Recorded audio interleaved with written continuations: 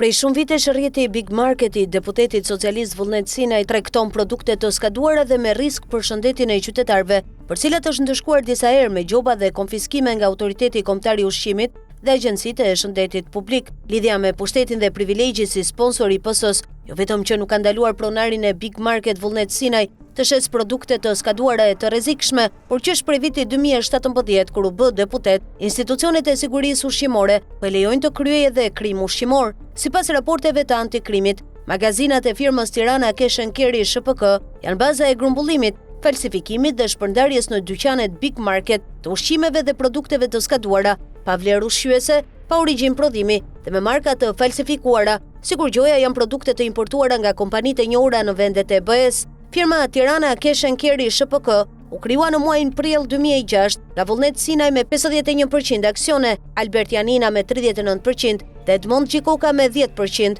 ndërsa më 9 qershor 2008 dhe më 9 korrik 2009, këta ja shitën aksionet Vullnet Sinajt. Magazina e firmës Tirana Cash & Carry janë në fshatin Gropaj të njësisë administrative Vaqar, ku mblidhen produkte që sillen nga importi, nga fabrika e prodhues ilegal brenda vendit dhe dërgohen në dyqanet Big Market. Në ato magazina grumbullohen dhe produktet e Big Market që u skadon afati i konsumit, ku nga persona të punësuar me kohë të pjesshme dhe me 2 ditë në javë, falsifikohen datat e skadencave dhe markat dhe çohen përsëri në dyqanet Big Market. Në objektin e aktivitetit të firmës Tirana Cash & Carry, deputeti socialist Vullnet Sinaj ka deklaruar import, eksport e tregtim artikujsh të ndryshëm, ndërsa si aktivitet bazë ka deklaruar ndërtime, gërmime dheu, prodhim betoni, materiale inerte, bitumi, ndërtim rrugësh, sinjalistik dhe punime kurudhore, ndërsa referuar listës së punonjësve në regjistrin tatimor, rezulton se aktiviteti është vetëm për magazinim dhe për punim ushqimesh dhe produktesh të tjera konsumi që shiten në rrjetin e dyqaneve Big Market. Prej datës 23 mars 2022,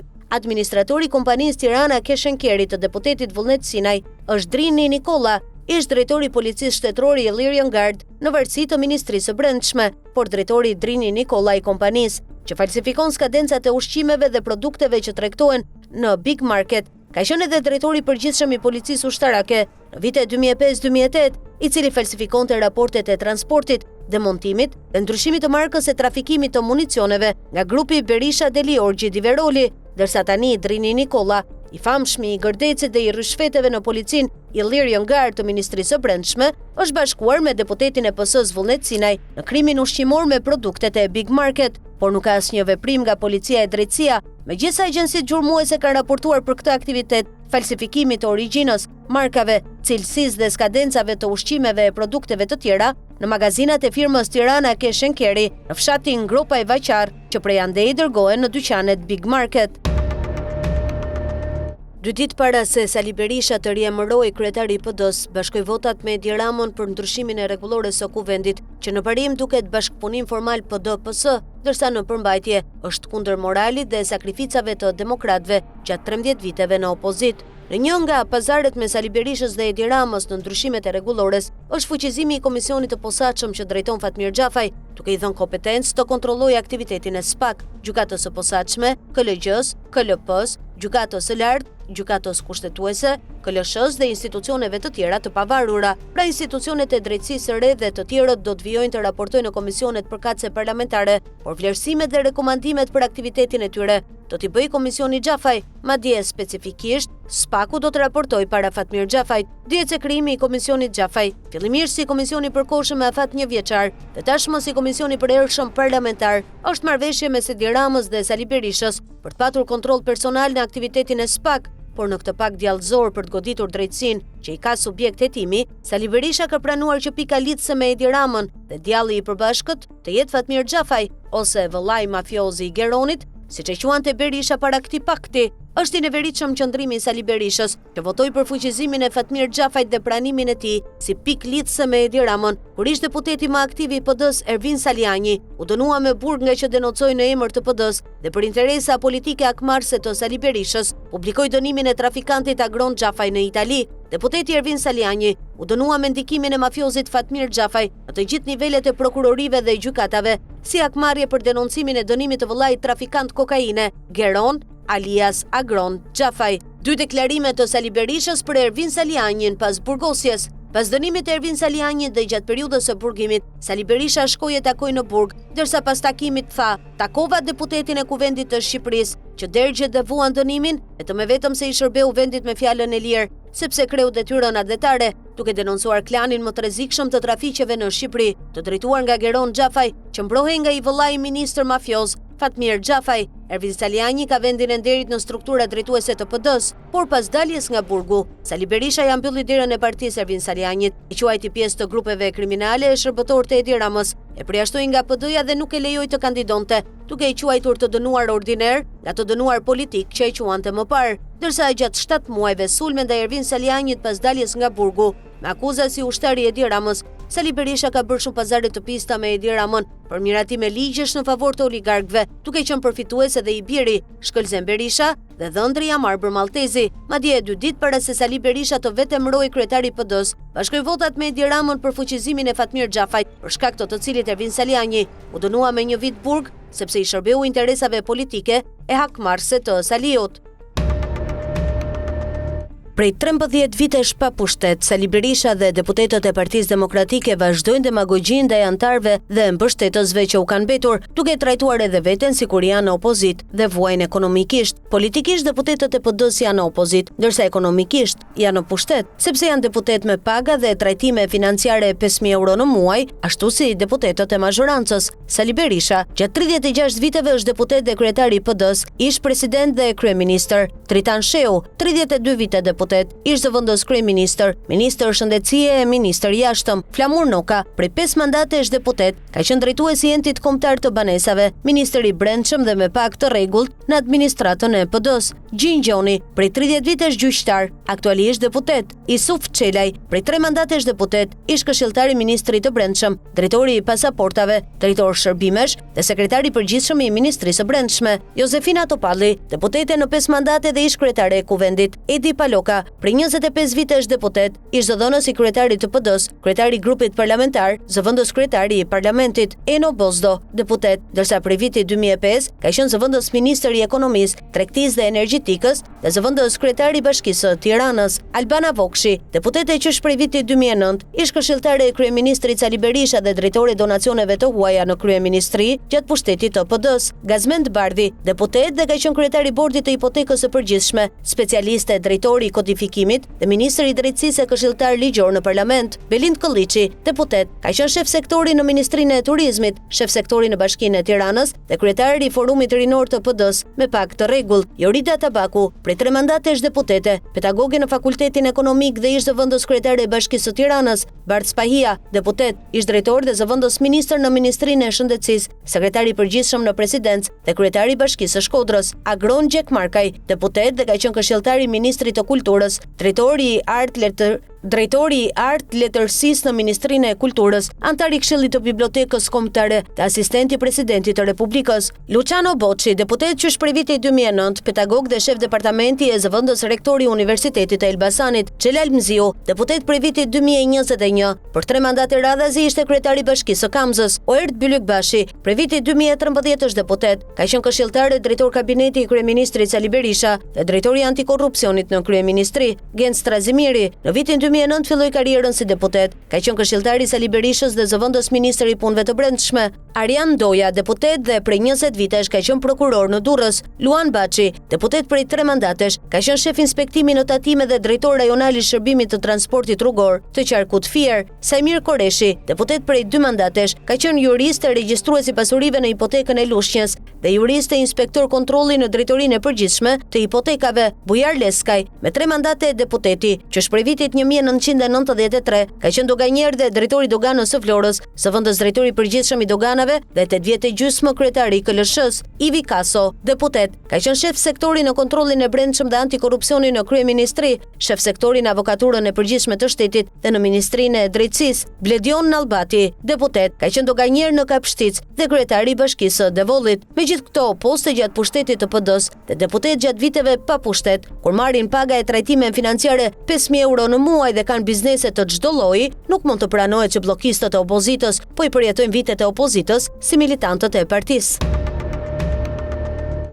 Pika e Voçkël e Mirela Kumbaros në gjirin e manastirit. Duket se është kthyer në aren lufte për ortakët e kompanive që kontrollojnë resortin luksoz të ngritur në një nga zonat më të debatuara turistike të jugut. Një përplasje fort mes aksionerëve të Finman SHPK. Kompania që kontrollon një rrjet të gjerë biznesesh për fshirë alpstare, manastiri resort, ka degeneruar këtë të njëjtën në dhunë fizike, kërcënime dhe akuzat rënda për zhdukje fondeshe për vetësim pronash brenda resortit. Raportohet se menjëherë pas mbledhjes së asamblesë së shoqërisë situata ka dalë jashtë kontrollit. Në qendër të përplasjes janë vendosur Hidayet Ismailaj dhe djali i tij Florid Ismailaj nga njëra anë, ndërsa në krahun tjetër ortaku Sokola Galliu. Burime pranë kompanisë pretendojnë se debati ka shpërthyer pasi Galliu ka ngritur akuzat të drejtë ndaj familjes Ismailaj, duke pretenduar se nga arka e kompanisë janë zhdukur rreth 500 milion lekë të rinj, ndërsa sipas tij janë përvetësuar edhe rreth 750 metra katror në zonën e Manastiri Resort. Përplasja verbale më pas ka degraduar në konflikt fizik. Sipas pretendimeve të bëra nga pala e Agalliut, në ngjarje janë përfshirë edhe persona të tjerë të sigurisë private, ndërsa vetë Agalliu ka përfunduar në urgjencën e një spitali privat në Tiranë. Por kjo nuk është hera e parë që konflikti mes ortakëve shpërthen